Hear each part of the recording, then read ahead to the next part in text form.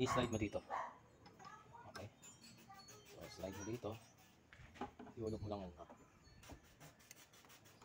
Yan. Yan. Then, itong magsisecure sa kanya, slide mo lang din. Drop mo lang din.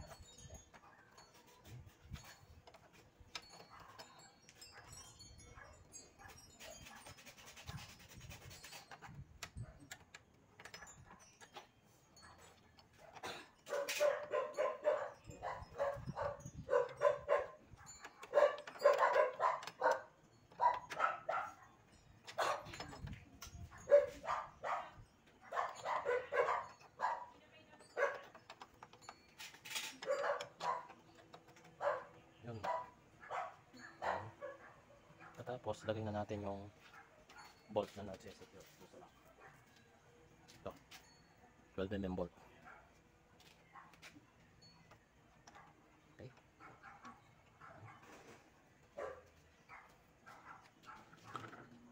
Pitan natin ng 12mm socket wrench.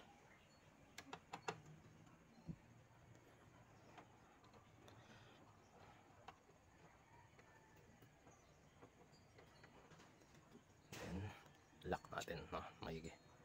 Secure natin, higpitan natin ito. Okay, 1 per turn. Okay, enough na yun. Then lagay natin itong mga wiring harness. Ito, isa. Then pangalawa, dito isa.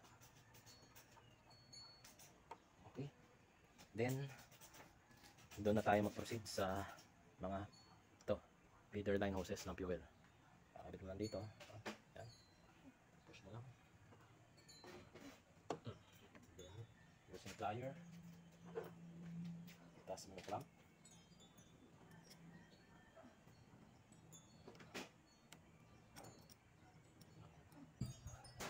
Tapos itong isa, kailangan ipa-bleed natin para walang bubbles na makapasok po sa fuel injector. Perform tayo ng bleeding. Kuha tayo ng disposable cap. Ayan lang natin, pump natin itong priming pump. Yan lang natin lumabas yung diesel. No? Okay. Tapitin lang natin yung kodo.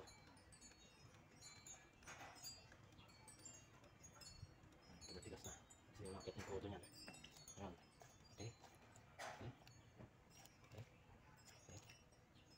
Tapos, pasisiritin natin no? Para siguradong walang bubbles. Yan. Good. Then, kapit na natin itong securing clamp. Using pliers. Tapos na. So, pang final, linisin lang natin ng cleaner, no? Para matanggal yung mga excess diesel. Tapos, pupunasan natin. Pupunasan natin. Tapos, kakabit natin yung kung mayroong leak. Okay.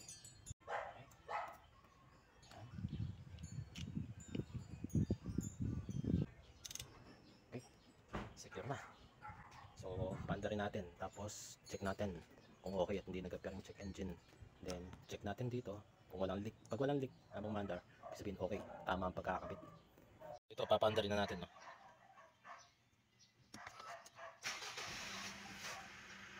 Yun, no? Yan. Kita nyo? Walang check engine na nag-appear. So, tama ang pagkakakabit. Tingnan naman natin kung okay at walang leak.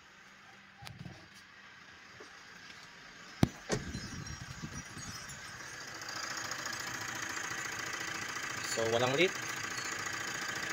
Walang leak. Sa baba. Wala rin. So, walang leak. Tama ang pagkakakabit nitong fuel filter natin. Gumanda yan oh. Nag-smooth. Kasi malinis yung diesel na nahigop niya. Walang dumi. And that's how the fuel filter works. No? Ganun niya tinatrabaho ang kanyang trabaho. Sinasala niya yung dumi na nanggagaling sa fuel, no? Para hindi mapunta sa mga fuel injectors. Ma-maintain yung good condition ng ating mga fuel injectors and fuel lines. See? kung ito ay makakapasok doon sa mismong fuel injector, no? Makakasama yan sa makina natin.